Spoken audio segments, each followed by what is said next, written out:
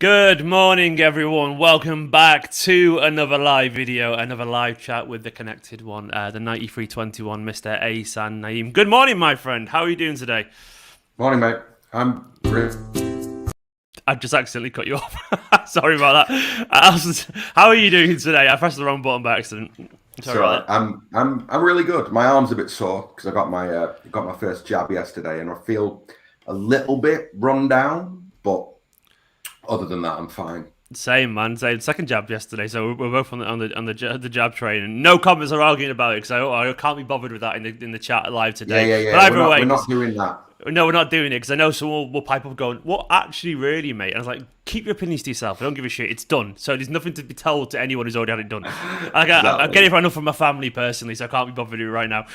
For some family members, anyway. But basically, hello everyone. Welcome back to another video. And obviously, with Harry Kane is kicked off over the last 24 hours. It's all got very exciting. There's actual news on the Harry Kane front. I wasn't expecting it to be before the third game of the Euros personally, but time waits for no one. And Manchester City wait for no one. So this is going to be very, very, very interesting. And there's no one I would rather chat to about this than Ahsan. Yesterday, me and him had a bit of a back and forth on Twitter about Harry Kane. I need to clear this up a little bit. Harry Kane's a fucking brilliant player. That is the objective fact. That's it. Like, people keep mistaking me saying the idea, even that I wouldn't be happy with him. Like, not excited doesn't mean I wouldn't be happy. Like, basically, I said on Twitter yesterday for anyone watching, like, I'm not overly excited by the Harry Kane thing, and people took that as a slight on him as a player and all this kind of stuff, and a slight on me as a City fan. And I just need to quickly summarize up. I got to the point where City have been so brilliant that I just like the idea of transfers that physically excite me. Like, and it's a myriad of reasons that could be, but that doesn't mean I don't think Manchester City will be a better team with Harry Kane. Of course they will, and it doesn't mean overall if City started the season next season with Harry Kane, I wouldn't be happy. Like, well, yeah, of course I would. He's Harry Kane, and so I just need to clear that up. But we'll get onto that in a bit. Hey Sam, what happened yesterday? What happened yesterday in the world of Manchester City? Do you want to sum it up for us? Because obviously, it all kicked off, didn't it? Can I start last week? Go So for it. Of course you can.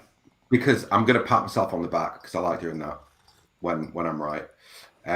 So City bid.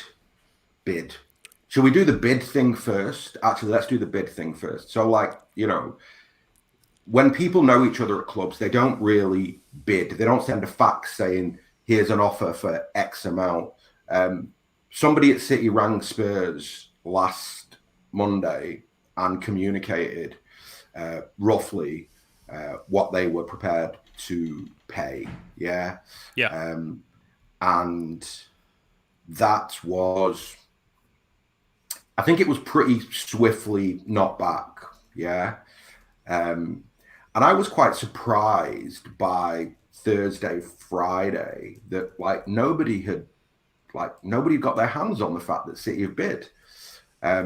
So I sent a message to somebody in the press pack and I said, hey mate, do me a favor. City have bid for Kane. So how's about you talk to City and talk to Spurs and try and stand up the fact that the bid's actually gone in? Yeah. And he was like, yeah, I will do. But it was the weekend. It was like Friday evening when I sent him that message. And then he sent me a message yesterday while I was coming out of the vaccination centre, going, I was just about to ring Spurs and the Romano story dropped. And I don't have Twitter on my phone anymore. So I was like, I don't know what the Romano story is. You A have to tell wise me. decision for what it's worth. A Yeah. very wise decision. And yeah, obviously the story is that City bid 100 million, and then somebody else is saying, or the others are saying, that City are preparing a bid and getting ready to prepare a bid, all of that stuff. Look, the point is, City and Spurs are talking. They started talking last week in a serious fashion about Kane. What's transpired subsequently is we've gone back with, so last Monday's offer was not back, and we've gone back again. And that has been knocked back as well. And when that second offer was knocked back, Kane's people kind of took it upon themselves to speak, because obviously City don't speak. Yeah. Yeah. So even last night, the comms department are saying on the record and off the record, there's been no formal bid for Harry Kane, which is like, it's semantics, isn't it? Because it's like, Yeah, of course, there's been yeah. no formal bid because they're talking about what the formal bid needs to be for it to be accepted. And eventually they'll get to a place where the two people that are speaking will go, right, that will get it done. Well, that's And how it then, works in anything in life as well. It's like usually, yeah, like like you discuss a fee and then you agree it. That the same. exactly. I do it in business. I do it every single day when I'm chatting about stuff to the channel, and I'm sure you've done it before as well. It's not like a formal offer straight away because no one's writing up the contract or the email unless they have to. No, Because that's no, how it works. no. And then, I mean, I think from there, like it's one of the difficult things I think that journalists have is that they have to they have to file copy, and the copy has got to have a lot of words in it, right? And one paragraph that says they're talking and a bid's been rejected isn't enough. You got to fatten that up, which is where a lot of the kind of City have offered like a bunch of players to Spurs, or City have, all of that kind of stuff. It's not really real. Like, certainly from what I've heard, what I understand, and it comes from inside the club. So, I think it's pretty close to the truth. They're offering cash. They made a cash offer last Monday, and they made another cash offer at the weekend. And the cash offer at the weekend for them is, or at least certainly not for City, but I think for Kane's people, the cash offer that went in at the weekend tips it to what they believe is an acceptable range for the fee. So when that got rejected, it's like, all right, well, we'll go public with that now. So I guess we have to wait and see how this plays out. But me and you did a video 2 months ago, and I said to you, or a month ago, and I said to you, it'll be 120, 130 million, yeah? Yeah. And it'll be announced at the Spurs end as 120 or 125 or 130, and it'll be announced at the City end as 90 with add-ons, right? And then that idea of how attainable are the add-ons you have to wait and see. Do you know what I mean? It feels like 120 for me, by the way, just as a quick aside, and we'll get to that in a minute, but it feels like I still feel it's heading that way. But we'll get to that in a minute. But yeah, you're right. I mean, what did you hear anything about what the first bid allegedly was in terms of the offer and so on? What the amount that we bid? Yeah. Yeah, it was 70 million quid. Now, obviously, you got to start somewhere. I think they started lowball with De Bruyne. I think they started lowball. I think they do have a tendency to start super lowball. City do, right? It seems like such like basic psychological tactics. Oh, if you offer really low, the next one will sound big. I mean, and it's kind of why they do it. But like, I also think if I was on the receiving end, that would be like, why are you even bothering offering 7? We know you're going to offer 100 next time round. It's almost like a little bit. It's interesting. I wonder if. Well, I think what I think one of the problems that we have is that we a little bit lose sight that it just becomes like a random number generator, right? We have no concept of what 70 million euros actually is. Yeah. So we just say it. Yeah. And we'll go, well, that's taking the piss. They're never going to accept that. 70 million pound in one go to any business, any football club on this planet is an enormous amount of money. Especially when it's cash money as well, that up front. Exactly. That's what I mean. It's an enormous cash influx, right? So it's just not to be sniffed at. And I actually don't think that 70 is massively disrespectful. I think that it was a good starting point, right? You start there and you move the needle from there, and you see where you can end up at. So that's where. What would you think the reasoning behind going from 70 all the way up to 100 is? Because that's like a nearly 40% increase on the previous bid. Like what would be the logic behind that? Because surely you'd split the middle ground. Well, I expect that it was 70 hard cash, right? That they've set their stall out a week ago, and I'm just speculating now, but I imagine they've set their stall out at 70 hard cash, right? And Spurs have gone, no way. So they've gone back a week later and they've gone, all right, we'll give you an extra 30 in add-ons too. So now it's 100. Okay. There you go. Still 70 hard cash, yeah? But now you've got 30 in add-ons, relatively easily attainable. You'll get to your 100. They've gone, no, we don't want that either. So now it gets a little bit interesting because now it's in the public domain because they've decided whether you believe that Kane's people have done it or you believe that Spurs have done it. City certainly haven't put it in the public domain.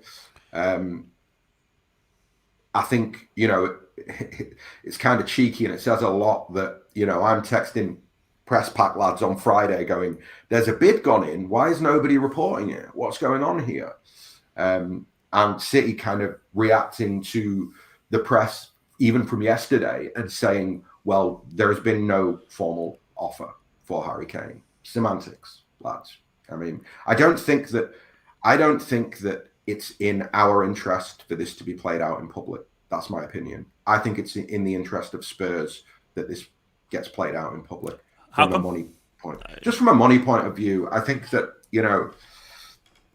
realistically, £100 million in the current market, is really, really, really, really, really good offer for Kane. So, and I think that when I read this morning's briefs from the Spurs end, it's just a little bit like, I mean, I see the City supporter base losing their minds over like the 150 million, the idea that you got to throw a player in, he's too old, he's not worth it, all of that sort of stuff. And it just, it a little bit adds to the noise and the feeding frenzy, which is what City hate.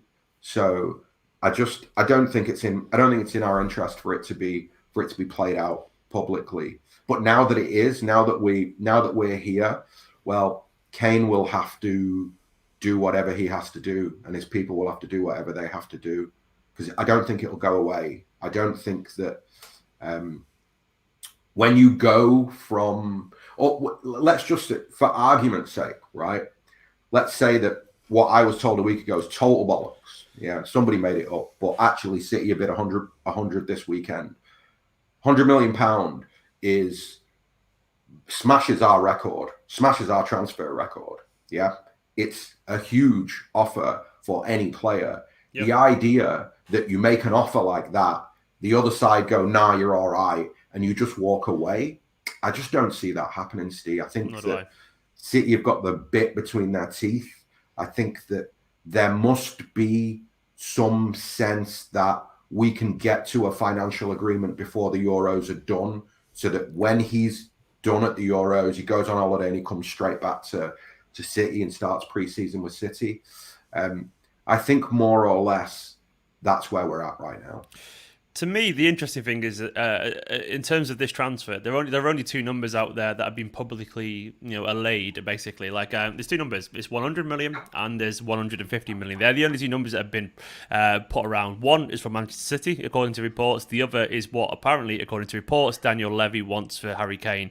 To me, usually when you get two numbers that are so far apart, pretty much everyone comes to the same conclusion: middle ground. It's just human nature. It's just pretty much all it is, and like no one goes that insanely high unless they want something more. That's what I think anyway, because he's not going to 150 million knowing they're going to get 150 million, because they're clearly not. If City's gone in for 70 then 100, they're not going to go to 150, not even close. And surely Daniel Levy will know that. But the fact that he's named a price in the first place suggests to me personally, I wouldn't name a price at all if I didn't want to sell a player. It's just how it is. I mean, when City said about Foden, we're never going to sell Phil Foden, not even no price will sell for Foden, and they said that for a reason. I mean, obviously because no one's bidding for him. But the point I'm making is, if you don't want to sell a player, you sell he's not available at any price. You don't go, we want 150 million. And to me, the fact that they're naming a price suggests, well, once again, there is a price, and the fact that it's so clearly It so clearly takes it above what City have offered to find the middle ground that everyone thinks it probably would be in the first place, if that makes sense, that it almost feels too coincidental. It just seems, we can feel how something's going to play out.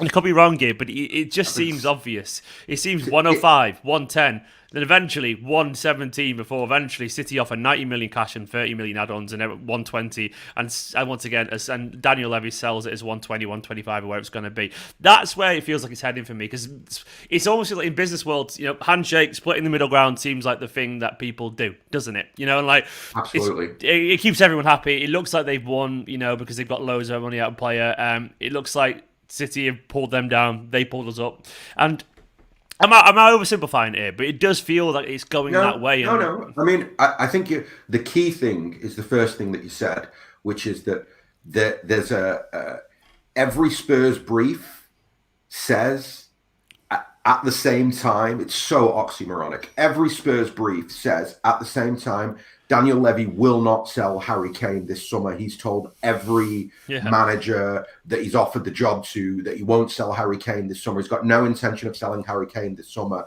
But also it says he values Harry Kane at 150 million and that's what he expects. And it's just like, you can't have it both ways. And even remotely intelligent Spurs fan, if you remove yourself from the City bubble, if you're a Spurs fan and you're reading some of that stuff, you're going, taking the piss out of us, mate. Just say that he's for sale at a certain price and City have got to get to that price. Stop trying to make out that you're this like massively reluctant seller. You might have been reluctant a bit ago. You might be a bit reluctant, but the reality is that if you need the money and the lad said he desperately wants out, and you've had some sort of gentleman's agreement with him from a year ago where you said to him, give me another year, and if you're not in the Champions League, you can go. Well, you know, that's where we find ourselves now. It'd be really funny, genuinely, they won't do it, thankfully, because it's a lot of money, but it'd be so funny if straight away off the bat that leaked and City went public, we bid 150 million.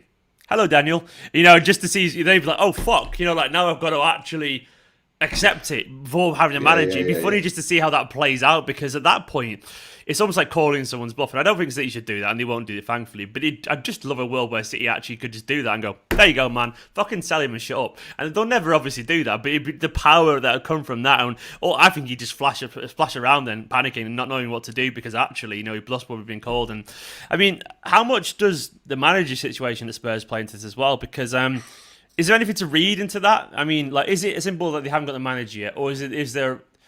We are just guessing here, well, unless you know anything different. But it feels like the manager situation. It feels linked. I mean, why can it not be? I mean, anyone talking to a club about taking over is going to ask about their star player. Surely, man. Like, surely it is. I mean, like, and Spurs are presenting themselves as a disorganized mess at the moment. You know, like, and that's not just to fans or pundits or whatever. It's to managers as well, and to Harry Kane as well. So, is there something in the manager situation that we can grab onto from a City fan's perspective?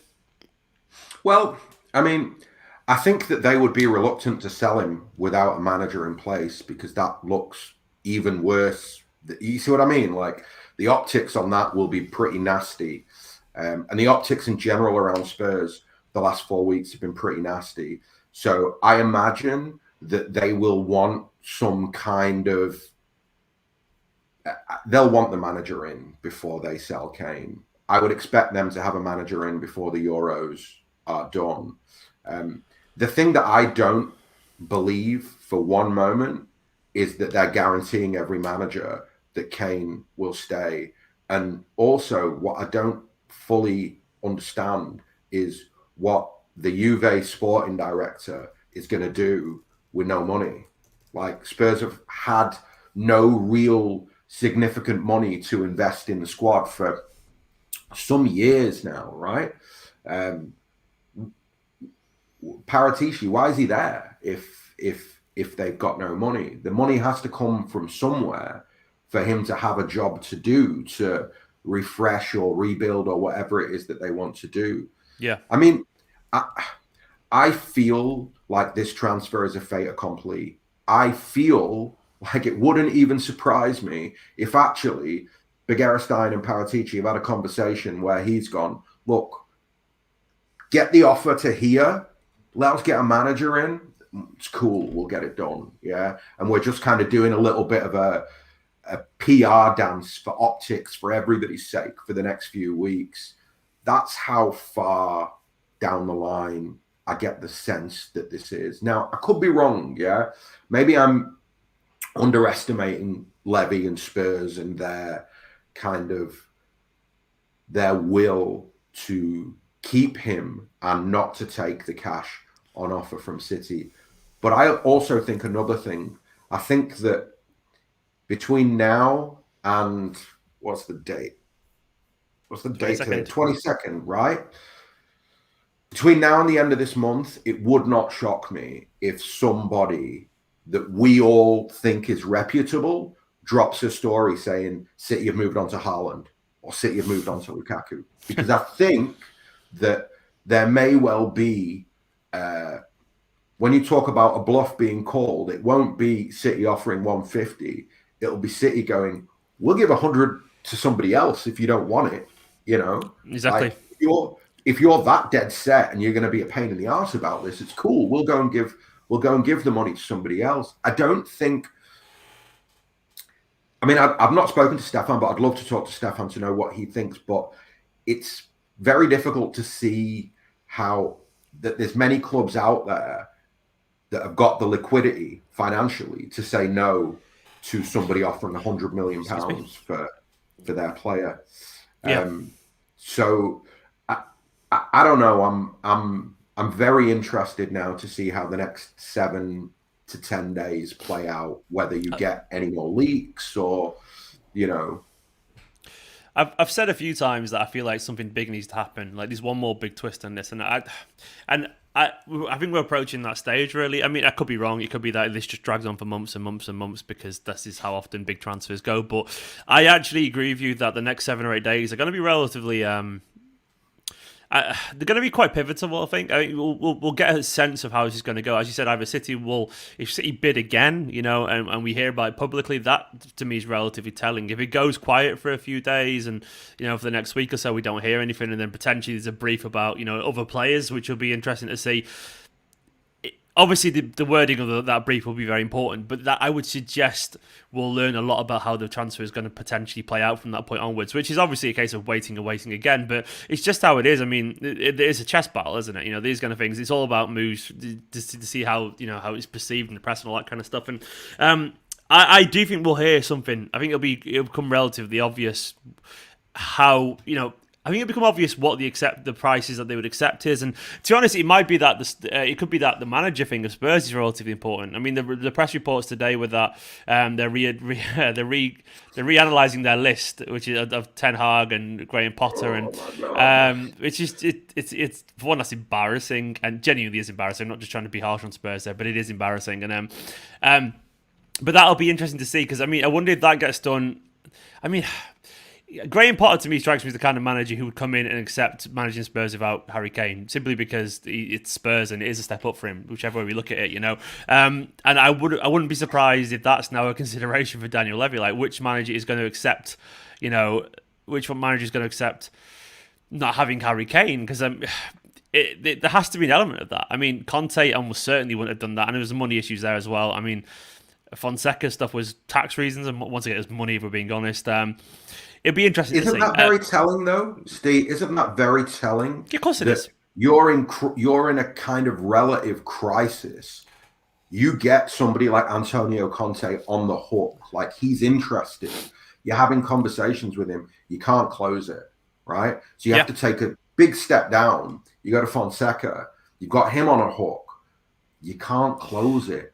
What does it mean for Kane, man? Like, is there anything for Kane to gain? Like, I mean, at this point, like, if I was advising Harry Kane now, I mean, I would say the general discontentment, the general discontentment amongst the fans at Spurs, they're worn down, and they're looking at their club in the way we used to laugh at Man City as fans as well. They're like, well, fucking, we mess everything up. That's what they're saying to themselves, and you can see it, man. Like, I follow a few Spurs fans, and they're just like, God, we are a joke, and that's what they feel about their own club. And I don't really blame him. Because obviously Mourinho backfired, and then they went Fonseca, who Mourinho replaced at Roma, that he couldn't get him, and then Harry Kane clearly wants to go. And I start, like, basically, if Harry Kane pushed more publicly, I don't think he's got anything to lose, and I don't think the Spurs would blame him. Some would obviously take it out on him, but I think largely they'd be like, I think they're too disenchanted to care. Like, so if I was Harry Kane's advisor now, I'd be like, look, if you want to be public about it and get away with it in terms of the eyes of the Spurs fans, if that means something to you, now's the time, because he can be like, look, you know, can you really blame me? You can find a way to say, look, I want to move on, and obviously the future Spurs, I love the club and all this kind of stuff, but, you know, I need some focus. He's got to put it back on Levy. He's got to put it back on Levy. What Kane has got to do is he's got to get in front of a camera and say, Levy promised me last summer that if we didn't qualify for the Champions League, that and a Champions League club came in for me, that he'd let me go, and I want to move to Manchester City. They've made an offer and I want to go there. And I want him to honour the agreement that we had a year ago. And I think that if he words it like that, there's enough animosity towards Levy already amongst the supporter base. He'd get the blame. That Levy would get all of the blame for that. And it honestly, it would not shock me if we. I mean, I guess the thing that I would say is that because England are in a tournament, it's too big it'll become a sideshow for Southgate. Yeah, right? He's not going to do that, being honest. I don't think that's cool. But you might see a brief, obviously, Matt Law talked to somebody yesterday close to Kane's camp, right? But you might see a little bit of a more bullish brief in the coming days, just in terms of what their feeling is. Because obviously, Levy, to some extent, has set his stall out. But the other thing I would say, mate, is that actually, if we don't hear anything, it kind of backs up what I'm saying to you, which is that they're already well on the way of doing this deal. And this is all just optics right now. This is all just everybody making sure from the Spurs end that they look like they fought as hard as they could possibly have fought. Does that happen a lot in football, as far as you're aware? Like, how much of that? I mean, is it? Are they really? What I would say really is, do they care enough to see how much they're perceived? If that makes sense, and maybe the answer is yes. But does it matter when the transfer happens, really, or do you think they think it does? Well, I think optics matter, whether you like it or not. Right? This is an entertainment business. Yeah. Your audience. Your audience, your customers, they pick or choose based on the optics. So it's definitely a tricky one. I would go so far as to say that clubs lie to supporters whilst shaking hands with each other behind the scenes. I would suggest that clubs do deals like, of course they do. Long in advance. Yeah. We know from the Super League stuff that they're all chatting away with each other at the same time. Yeah, so that's literally the literal proof that we all know. They go to dinner together. They chat on the phone. They're constantly it's just business for them, isn't it? They are suppliers, and because it's just they're all in a business relationship together, and they have to be as well for the brand of the Premier League and for the competition. They have to be on. I'm not saying the best friends, but they have to be on speaking terms because they all relatively need each other to survive, in this league and so on. So, yeah, I think we act a little bit naive sometimes as fans, presume that they never talk, or that, look at the way that the players are all friends with each other on international duty. All the execs know each other as well, because they sit in the same boxes, they go to the same meals, and they go to the same restaurants, and they're chatting constantly to each other. I mean, obviously they've got... Let me ask you something, right? So imagine you're in the England camp yesterday, right? And all that news breaks that City have bid 100 million for Harry Kane. Do you think that that's not banter central immediately? Of course it is. Of course it's going to be that way. I guarantee you, the first time you missed a shot, someone would go, "Oh, you're not worth 100 million, mate," or whatever. You know what I mean? Because that's what I would be saying straight away. I've been watching The Last Dance, and I know it's obviously basketball, but fucking hell, what a show, by the way. Just I'm on the last episode. It's an incredible show, but I wish we basically. Obviously, American sports are very different, but of course they whine at each other. It's the same in football, because I know I would do that, and I know you would do it. I know we all would do it, and it's the exact same stuff happens. And I know people who work for clubs and stuff like that, as you do, and they're all just a big bunch of kids. That's all they are when they play training ground. So of course they're talking about this kind of stuff because they've got nothing else to talk about. No. And it's obviously going to be gossip. And I guarantee you Foden and Sterling and Stones will be mentioning it. And of course Kyle Walker will be. I mean, he literally played with him at Spurs as well. So, yeah, it's a thing. And and obviously they'll be used to that. It's part of their world. But, I mean, I guess it's just business, isn't it, for them? It is just business. And I mean that in a way that, they're... I guess Daniel Levy and Harry Kane will see it as just business as well. They don't want to upset the Spurs fans, of course, but ultimately they'll know what they have to do, and look, they sold... What I will say is the Harry Kane transfer is made easier by Luka Modric and by Gareth Bale, because we've been here before and they know they can ride through the storm, they know they can sell some of their best players. And Harry Kane, maybe a little bit different, but either way, Daniel Levy did an interview a week ago and basically gave them no assurances about keeping Kane. He said nothing that would give you the impression that he was going to fight tooth and nail to keep Harry Kane. It was embarrassing, to be honest. It was proper, wet. He said almost nothing, and it's a bit. I mean, again, I'm not trying to fire shots at the at the lads who cover Spurs, but it's a bit like there's a lot of contradictory stuff around, and you get the impression that nobody's prepared to ask a difficult question. Because my first question to the press officer that told me he's not for sale, right? Daniel's going to fight tooth and nail to keep Harry. It's like, why didn't Daniel say that a week ago? He had every opportunity on your club website to get out in front of this and say to all the supporters, I don't care what we get offered this summer. The new manager will have Harry Kane to work with. Like, that's the obvious next question when the press office try and give you the brief, we ain't going to sell. So it's contradictory for me. I'm going to move on to there's another point in a second, but I'll get to this super chat first from James Green. Thank you so much, James, for the chat. Big love, mate. He said, what do you make of the story by Ekrem Kanor that Pep and City are targeting both Kane and Haaland? Tabloid fairy tales. Yes, it is.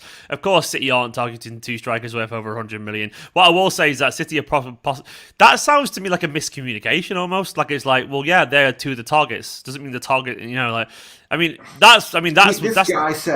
guy said 3 days ago that Khaldoon and Pep have decided that Haaland is the number one priority, and then 3 days later, a Kane bid is public domain. Of course, he's got to backtrack on himself, and he backtracks by going, "Oh well, they're gonna sign them both." Of course they are. I mean, that seems just a stupid backtrack. Yeah. Why don't you just go? They're both wanted.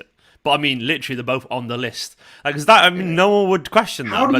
This guy's got a blue tick, man. How do you get a blue tick? Somebody explain to me how you get a blue tick, because my man's got a blue tick and he's basically telling fairy stories. It's probably from the times when anyone could get one years ago. It'll be from that, I reckon. But that is like, it's just.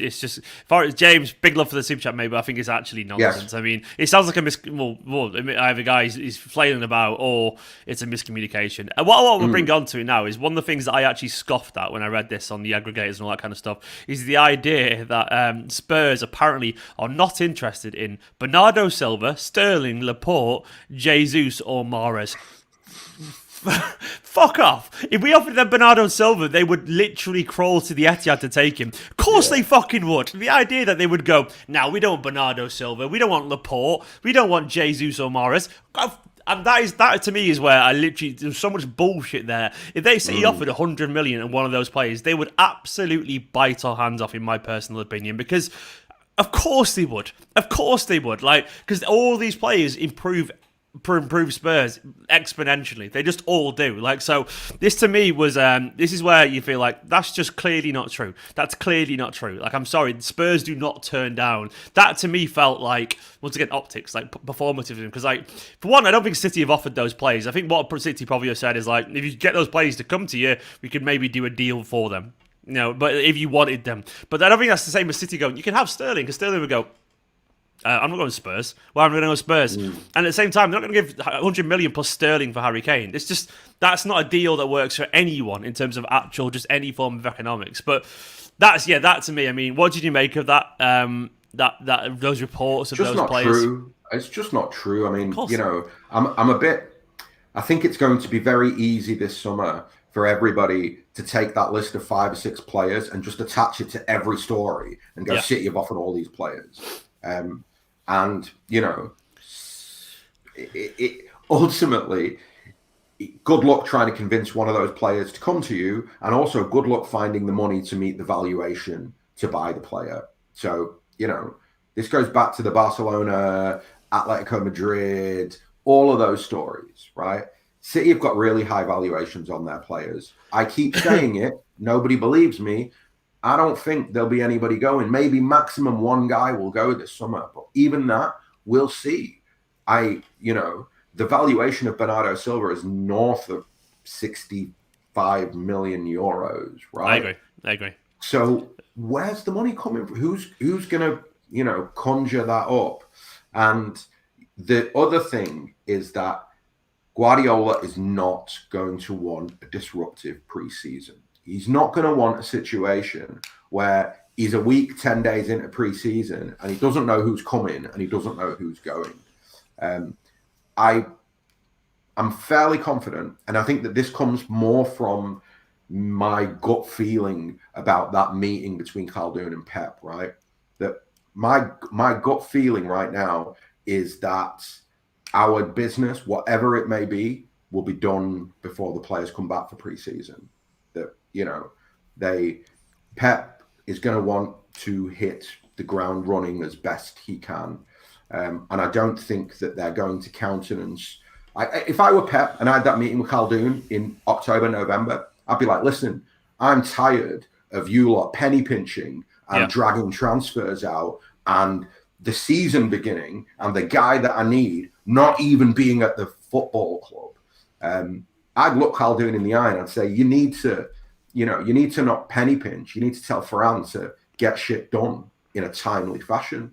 And I think that's what they'll do. I certainly think that you get Pep stay 2 years, sign him a new 2-year deal. He does everything that he did subsequently in terms of winning the title, getting the team to the Champions League final, like basically navigating, having no striker. That man has earned a quiet and relatively painless transfer window this summer. I think he's earned the right to just turn up at pre-season, have the number 9 there, have whatever other outgoing nonsense is going to happen, have it be done and be out. I mean, there may be, what I can imagine is that maybe somebody like Bernardo Silva comes back and tries to be a bit of a twat and goes into Pep's office and goes, I don't feel well. I don't want to be here. I don't really feel like training. Then they might have an issue on their hands, yeah. But with the exception of what I would consider to be a forced move player, I think everything should be done by the time pre-season starts. Couple of super chats before I got another point about the preseason. I'm going to come back to it. I'm going to make a note to remind me to come back to it because I've got a point about that.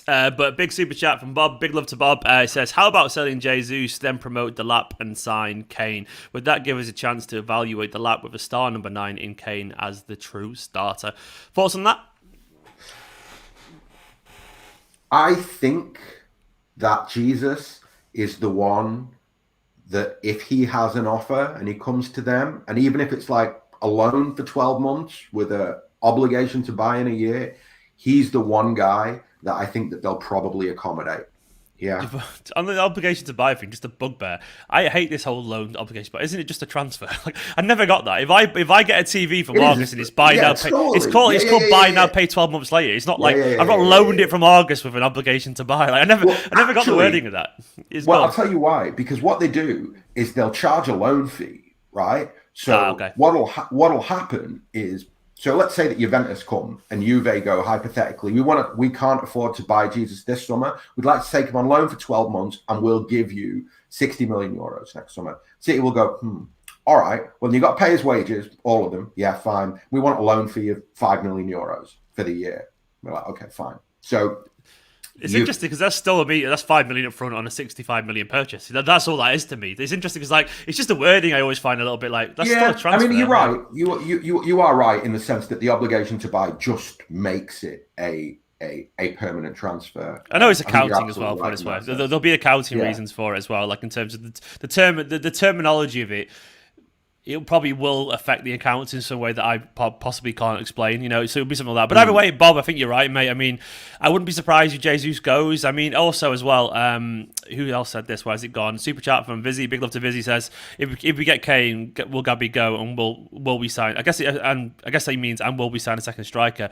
Yeah, I think, to be honest, mate, I think if we get Kane, Gabby might want to go. I'm not saying he will do, but I would not be surprised if he goes, look, I wasn't after Aguero and maybe. Do you think this likely? What are you smiling at? Have you just got a text? I don't know. It's just more that I don't really want to speculate on what they could do, because they could do a lot of things. Yeah. And they find themselves in a relative position of power in that there's not many clubs in the market that can do a lot of things. Yeah. So I think that from a numbers point of view, if you let Gabby go, I don't think you need to sign a second striker. I think that Pep has shown the false 9 works. He's shown that he's got players he can use in the false 9. Ferran as well. Ferran Torres will be better next season. And the lap, of course, so. And of course, you will have the option of Delap, who I guess will be with the first, at least training with the first team. I think the one thing that I would really caution any excitement about Liam getting much of any minutes, right? Just because we've seen Pep. Phil Foden is beyond generational, and it took him some years to get to a position where he's playing regularly. So I think that you'd have to have a crazy injury crisis. Barring that, I think Liam is more likely to, a bit like Cole Palmer, be in and around the first team. Carabao moments, if there's a Carabao Cup next season, stuff like that. And then just more, I think, yeah, I mean, I don't envisage a situation where Pep is going to suddenly oust one of the players that we paid lots of money for and give that spot to Delap or to Palmer. I'm with you, man. I think we all need to be realistic about that, unfortunately. Even with Palmer, like we hear it all the time, promoted to the first team. Tommy Doe's been around the first team for years now, and he's barely played as well. So it's one of those things where I can't...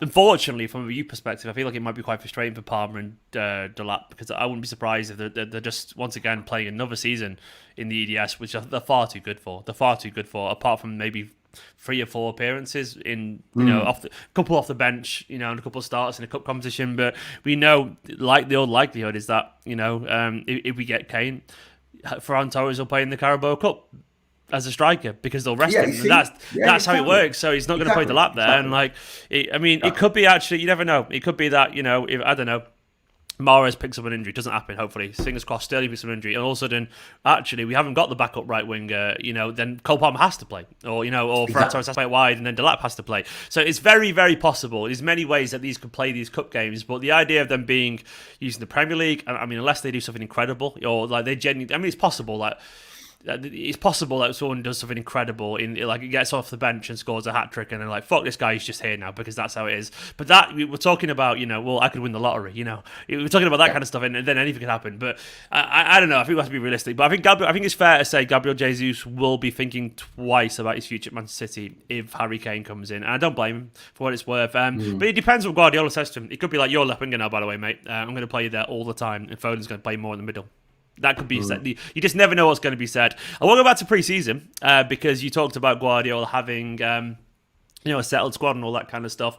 And it's not really pre-season. It's more just the start of the season in general. And the reason I'm bringing up is because we all know, obviously, clubs are emotional. Chairmen are emotional. They care about how they're perceived and all that kind of stuff. And, of course, the fixtures came out the other day. Manchester City are away to Spurs in the first game of the season. There were some reports suggesting that the Spurs would not be happy with the idea of Harry Kane lining up Spurs' new ground in a Manchester City shirt. Is this a factor? Is this an actual factor? And if so, how much do you think it is? Not at all. No, it's not a factor. You can't run a business like that. That's not because the issue that they'll have, right, is that. Again, I'm just speculating, but in my opinion, the issue that they'll have is if they try and run that argument, City will go somewhere else then. Yeah. If you don't like the color of our money, if you want to get involved in he can't play in the first game of the season or we can't do this, see you later, mate. We've got a season to plan for. Yeah. And we're in a relative position of power. We have money, we have targets. Yeah. We move, as people say, as the kids would say. So I don't think that that's on the cards. Again, I go back to the meeting between Pep and Khaldoon and the general slowness of some of our transfer dealings. In particular, what happened with the centre-back was just ridiculous. The fact that they hadn't landed a centre-back when the season started was just not good enough. Yeah. I agree. And if I looked at Pep's mood was reflective of a man that was furious about something. And I also know there's been some disappointments for Pep. He really wanted Harry Maguire. He hit the roof when he was told that they weren't gonna pursue that deal any further. He really hit the roof. And it happened when they were on pre-season in the Far East. Remember, there was all that really bad weather, and the pitches were really bad, and the games were really bad. So in general, the mood was really bad. And then on top of that, it's gone. You're not having Maguire, and he's completely hit the roof about it. Right now, the thing, and I often see people say this, right? That people will say, yeah, but Pep's cool. Like Pep says in his press conferences that, like, well, I'm happy with the squad that I've got, and I can use Fernandinho as a centre back. And I think he said that summary said I can use Ferner there. I can use no, right? Yeah. But the thing is that Guardiola is not Pep is a company man, so Pep will never speak against the club publicly. He's not Mourinho. He's not going to bring his personal battle with Ferran or Omar into the public domain and then fire shots in a press conference. That's just not how he works. So you're never really gonna know how happy or unhappy he really is about the way certain things have unfolded. But I would hazard a guess, as I say, that whole contract thing, Khaldoon going out there, the conversations, a lot of it will have been around, okay, how do we fresh blood and fresh minds? How do we get fresh blood and fresh minds into this squad? Yeah. And how do we do it efficiently? How do we, not have next season begin as badly as this season began? Yeah. You heard, like when Khaldoon says, and again, this is, for me, this is something that, this will be the first time that I'm actually going to judge Khaldoon potentially in a negative way, right? Your man turned around and said that the one thing we've learned is you've got to strengthen from a position of strength. Well, now, sir, you have to do it this summer. Yeah. Pep's got 2 years left. He signed his new contract. You have to do it. Strengthen from a position of strength. And in my opinion, just signing Harry Kane, not really strengthening from a position of strength. Sorry, my earphones cut off then massively. I didn't hear you for half a second then. Be honest, man. Okay. Can you hear me? Yeah, I can hear you. No, I think I heard you. I heard about the Khaldoon stuff, and to be honest, mate, I think you're absolutely spot on. Like, and to be honest, you're right. I think Guardiola would have every right as well, on a personal level, to be furious. I mean furious. The word furious.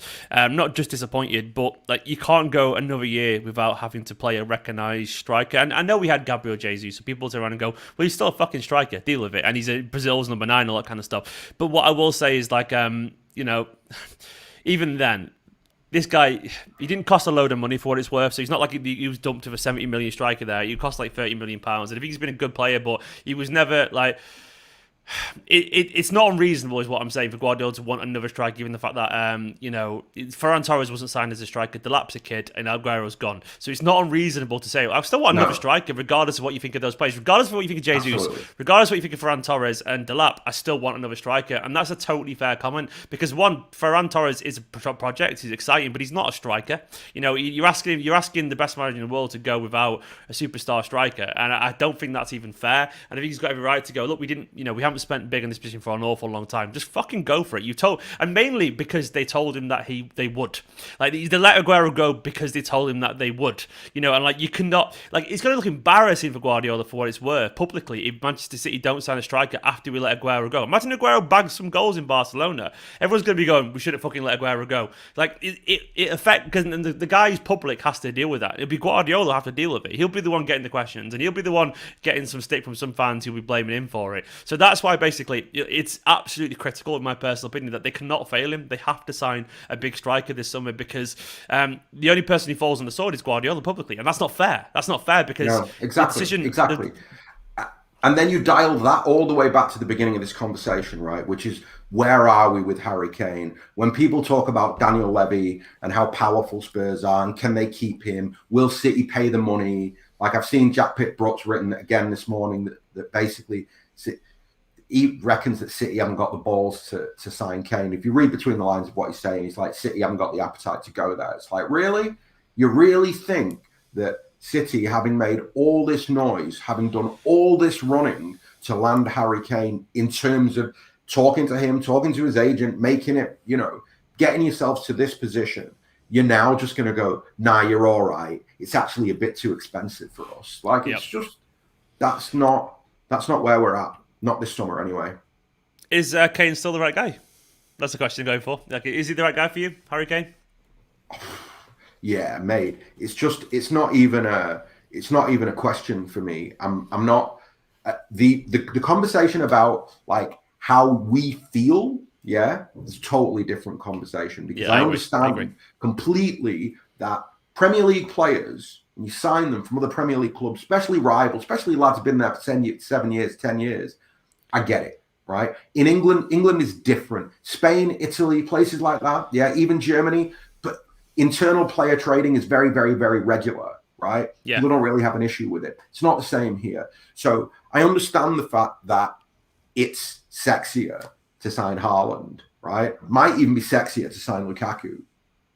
But you want to hit the ground running, yeah? Harry Kane is the guy. You want to maximize what you can do immediately inside of a Pep Guardiola system, Harry Kane is the guy. 100%. No question in my mind. He will score a obscene amount of goals for Manchester City. He will make a difference. Like people look at some stuff, I just makes me laugh, right? So recency bias is really like it is what it is. People indulge in it all the time. So Lukaku's banging goals, yeah, at the Euros. So suddenly everybody is like, oh, we should sign Lukaku. He's amazing. He's better than Kane. Yo, Lukaku when he left United was a donkey. Right? So are you telling me that Lukaku can leave Man United and become unplayable and a monster, but Kane can't leave Spurs, be coached under Guardiola and have the same explosion? It's not, there's a difference. I'll say it again. There's a difference between the emotional, like, I'd prefer not to sign a player from a Premier League rival. Fine. I totally get that. But just talking pure football, if you can't get Lewandowski and you can't get Messi, you get Harry Kane. Do you think there's any? What do you think of his performances for England? I mean, do you have anything to read in that? Is it just purely a system thing for you? I just don't think that England are particularly well coached. Full stop. I mean, I don't want to be one of the things that I think is such a shame is that England have got some technically very gifted footballers, and most of those players play in possession-based systems. They know how to keep the football. They know how to build from the back. Yet England knocking balls into channels all day long, just knocking balls into channels for Sterling to run onto, Foden to run onto. There's no build-up play. There's just no build-up. Like it's not. I think that in terms of recency bias, definitely people will look at Kane and they'll look at Lukaku and they'll go, "Well, you got to sign Lukaku. He's just a better player." But that just doesn't work like that for me. Big Johnny saying, signing Kane would be a massive PR move for us. Who does the England captain play for Man City? I say we go on all of Kane and Grealish. What I will say, Big Johnny, I don't give a shit about that on a personal level. Like that's very much a personal thing. I'm always surprised when people say like that because I guess maybe it means more to other people than some, but I've never really given a shit if a player plays for England. I mean, I'm not sure if that matters to anyone else around the world. Does it? Does it actually matter? I mean, I'm not trying to be like controversial there, but like, does anyone care about that? I mean, that's a genuine question. Like, for the club, there is a marketing value attached. For an English Premier League club, there is obviously a marketing and profile value attached to signing the England captain. It just goes without saying. So it's a PR move in that sense. But I agree with you that, like, I want all of our players to retire from international football so they all get long summers, yeah, and are all fresh for the season when it comes. Do you know what I mean? I just wonder what the PR move would. Who would the PR move be for? Because it isn't for fans. Like I don't think it's for fans, and it's not for the broadcasters. Maybe it's for. Is it for the broadcasters? The broadcasters? Because I don't hear them talk about England very often. I'm not just saying that. When I watch BT Sports, they're not going England captain Harry Kane. They're just talking about Harry Kane, Spurs guy. So I'm just genuinely curious to be in what way that PR move would play out in a positive way. Like what the idea of that would, because I agree this is an angle, but I don't understand the angle. Is what I would say. Okay, let me try and explain it. So I think that really what we're talking about is money. We're talking about commercial deals, and for a club like City who win the Premier League every 2 years, right? To have the England captain, the commercial value of Harry Kane is greater to Manchester City than it is to Tottenham Hotspur because Manchester City are a more successful club, are a bigger international club. So there's more of a there'd be an uplift for Kane in terms of his commercial value, and there'd be an uplift for City in terms of their commercial value. That's the way that I would view it. But it's not, for me, when we talk about PR, it's not really connected to supporters in that sense. No, I agree with that. It's not. It's more. It's interesting because I wonder like. What Harry Kane isn't very marketable is in general. I don't know. I give a shit about that, but he isn't. He just isn't. He's a relatively. But you know what? I would slightly dispute that. Right. Go on. So. I mean, who's buying anything because of Harry Kane? So Michael Owen was a commercial giant, right? And he was more or less the same as Kane. He was an anodyne, almost faceless footballer, right? But what I think is interesting is that for a lot of big brands, yeah, that aren't trying to be edgy, they love that. Like squeaky clean is that was a long time ago. Is what I will say. Like the kids don't give a shit about Michael Owen, and like people like Michael Owen anymore. But I remember him putting through, and he was the young superstar that burst through, and that was the thing. He was like the little golden boy at 18. He did his little hand celebration, and he was like, oh shit, we've got our new superstar, and he was young and he was exciting, and he went to the, and to be honest, I remember people going, oh, he's relatively handsome as well. Like I don't see it, but maybe people saying that about Michael Owen and all this kind of stuff, and he was the it felt like a different era, or I will say. I guess that's the point I'm trying to make, actually. Like, marketing these days, it feels different to marketing 20, 30 years ago, where, like, a clean-cut English guy was easy to market. But now, like, you've got to be, look fucking great in a suit. You've got to be good on social media. You've got to be, like, down with the kids, if we're being totally honest. And I feel like, put it this way, Phil Foden's always getting more marketing deals than Harry Kane. He just is, in my opinion. He's more representative of the young people, and I think that's. I don't agree with you. I think I appreciate why you take that point of view, but I just don't agree with you. I think that Phil might develop into a guy who gets loads and loads of marketing deals. It might well be that Harry Kane himself chooses not to do a bunch of marketing stuff, but in terms of his commercial value and his PR value, it's really high. He's not like when him and Foden go to Gillette are paying Kane 10 it's times so funny. What they're paying I was thinking literally, who would Harry Kane be sponsored by? In my head, the first place I went to was Gillette. Literally, the first place. Exactly, me too. But you know why? Because this is what I mean. Like, here we go. I don't know, Gillette, Nivea. The brand is, let's say, Coca-Cola. No, Coca-Cola, that's two. They'll go for a superstar. They'll go for someone like Sterling or something like that. But who are the brands that Harry Kane will go for? I don't know. He'll do a car advert. Yeah, he'll do something for, I don't know, Nissan or something like that, and he'll get paid a load of money for it. It's always anyone who watches. It's the Top Gear audience. It's those people. Yeah. Like I don't give a shit about Gillette, but then again, of course, I don't give a shit about Gillette. Look at me. But I mean, that's the point. I guess it's for brands like that, isn't it? It's not brands that would. Maybe it's not brands that resonate with me, so I don't see it. But he'll definitely do it. It's all those safe brands, isn't it? For it's that just don't resonate with me personally. But like your Head and Shoulders, like Joe Hart or someone said, it's that kind of shit. Kane, light beer. Go on, everyone in the comments, let us know your Jorex. Yeah. No one's good Jorex with Harry Kane. He scores on the pitch. He scores off it. So he did. I don't know. I was also the comment, by the way, who hasn't gone super chat. Messi contract expires in 8 days, says Jason. Stop it, Jason. I keep looking at the date. That's why I keep looking at the date. Do you? Well, when they asked me about a second striker earlier, I was like, "What's the date?" Yeah, I don't know. Like, I'll say very quickly on Messi that I definitely think it's weird that John Laporta said publicly 48 hours ago or 3 days ago, Aguero was trying every day to convince Leo. Yeah, it was a bit strange, wasn't it? To sign a new contract. That tells me they have no clue what that boy is going to do.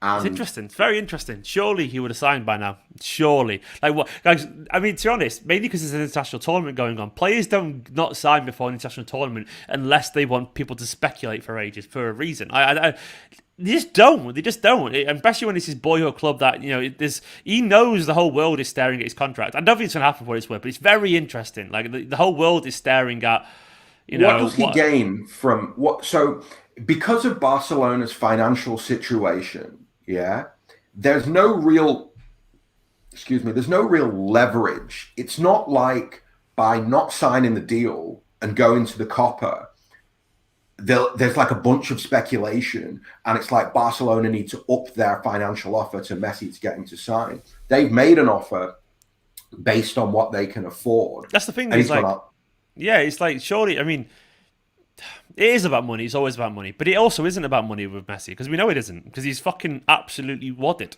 It's interesting because it's there is something odd there, isn't there? There's odd because I've never seen anything like it, bro. They'll know how high they can go. Who's benefited from this, like, running down? And that's what I'm curious about. Like it. Somebody who's watching this, give me an example of a truly world-class player who's allowed their contract to expire and then continued to play in an international tournament in the summer. Well, they always tell what they're going to do. We're talking about the greatest player of all time, who's just leaving his future up in air for his boyhood club. That's weird. When all Manchester City's players come to the end of the contract, we know what's going to happen. We just know, because they're too big not to be talked about, and it's too big to be left hanging in the air, and it's too big to just be like, everyone's closure for a reason, mainly because it's saving face. Like, Manchester City aren't going to go into the end of the season going, we don't know what's going on with Aguero, because it's embarrassing. It's just fucking embarrassing. It's your club legend. You have to get ahead of the news, don't you? So the idea that they've just let the greatest player of all time in many people's books just fanny about, go to the Copa America without signing, it's fucking strange. And that's not me saying it's going to happen, weird, but it is. Regardless of what happens, it's a mess. It's an absolute mess. So another thing, right? So from an optics point of view, it's been very clear from day one that Guardiola and Manchester City are not prepared to strong arm Leo out of Barcelona. That Pep's public stance has consistently been, I think he should retire at Barcelona. Yeah. The club privately have said, you know, we like him, but he's a Barcelona player, and it's not there. Yeah. But what changes that is, in 8 days, he's not a Barcelona player anymore. You're not taking a player off Barcelona on the 2nd of July. You're signing a free agent. Yeah. You're signing a free agent who made a decision, to allow his contract to expire. That's a very different, from an optics point of view, that's very, very, very different. Yeah. Even from last summer, that's very, very, very different. So I'm a little bit like you. Me personally, Leo's broken my heart so many times that I'm just not I'm not thinking about it. It's not like in the front part of my brain, but it's in the back part of my brain, because it's just such a weird. So more than anything, I just want to know what he's going to do next. I'm just fascinated by, in the next 8 days, do they turn it around, get him to sign a deal while he's in at the Copa and announce it? If they don't do that, what do they say on the 1st of July? They'll have to say something. Yeah. They'll be officially out of contract. He'll officially be a free agent. That's weird, isn't it? It's going to be very, very, very Imagine, but Johnny, imagine. It isn't going to happen. I'm not going to do that. I'm not doing it. The hype train is destroyed. I'll imagine it just for the sake of this video. I'll imagine City announcing Leo and then going back to Levy and going, listen, Kane going, I want to go and play with Leo Messi. Let me out of here immediately. Yeah. Oh, yeah. At that point, Harry Kane's banging down the door saying, fucking let me out. He's literally on camera outside fucking Spurs stadium, smashing the door down and saying, let me fucking go. Totally. It's, once again, watching The Last Dance again. So, if Messi just announced randomly out of the blue, I'm signing for Manchester City, it would be front pages everywhere. It'd be the thing with Leo, and the thing we have to all accept, is that because of the nature of the personalities involved, nobody will know. Man City could have signed him, or they could already have a pre-contract agreement with him that somebody signed on his behalf 2 months ago, and it'll never leak. It'll never leak because it'll literally be 5 people. It'll be Khaldoon, Pep, Omar, Ferran, Cheeky. That's it. Shape man saw 6. I just struggle to believe it wouldn't leak, but maybe you're right. Maybe it's not. I'm not going there. I'm not going there because I just don't believe it. But like, it's interesting. Someone said Lewandowski. By the way, is a good shout. Lewandowski is still ambling around. His contract's up, isn't it? As well, about to be. Is it Lewandowski? No, he's got a couple of years left on it at least. Oh, has he? You know, I don't know. I'm not really personally. I don't really get involved in like right now, it's really obvious that City want to sign Harry Kane. So I'm not looking around at alternatives because they don't need to. I'm just like a little bit like City. I'm like, all right, cool. They're going to land Kane. I trust them. I don't believe that they're going to leave Pep hanging. Yeah.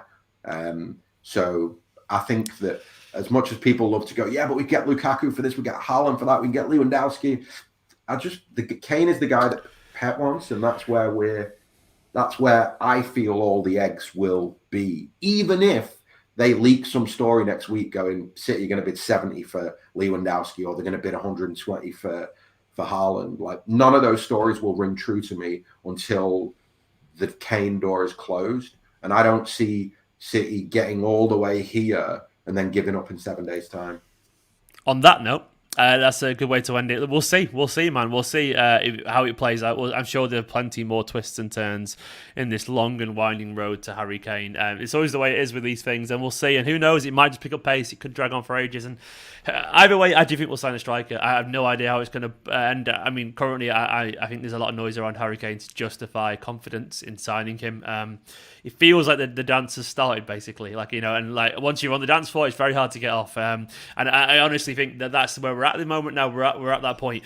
But anyway, guys, thank you so much for watching. Go check out the 9320 podcast. Ahsan is an absolute legend, as you already know if you're watching this video, and loads of great pods over there with the likes of Stefan as well, and Lloyd and Howard and all the guys, and Joe as well.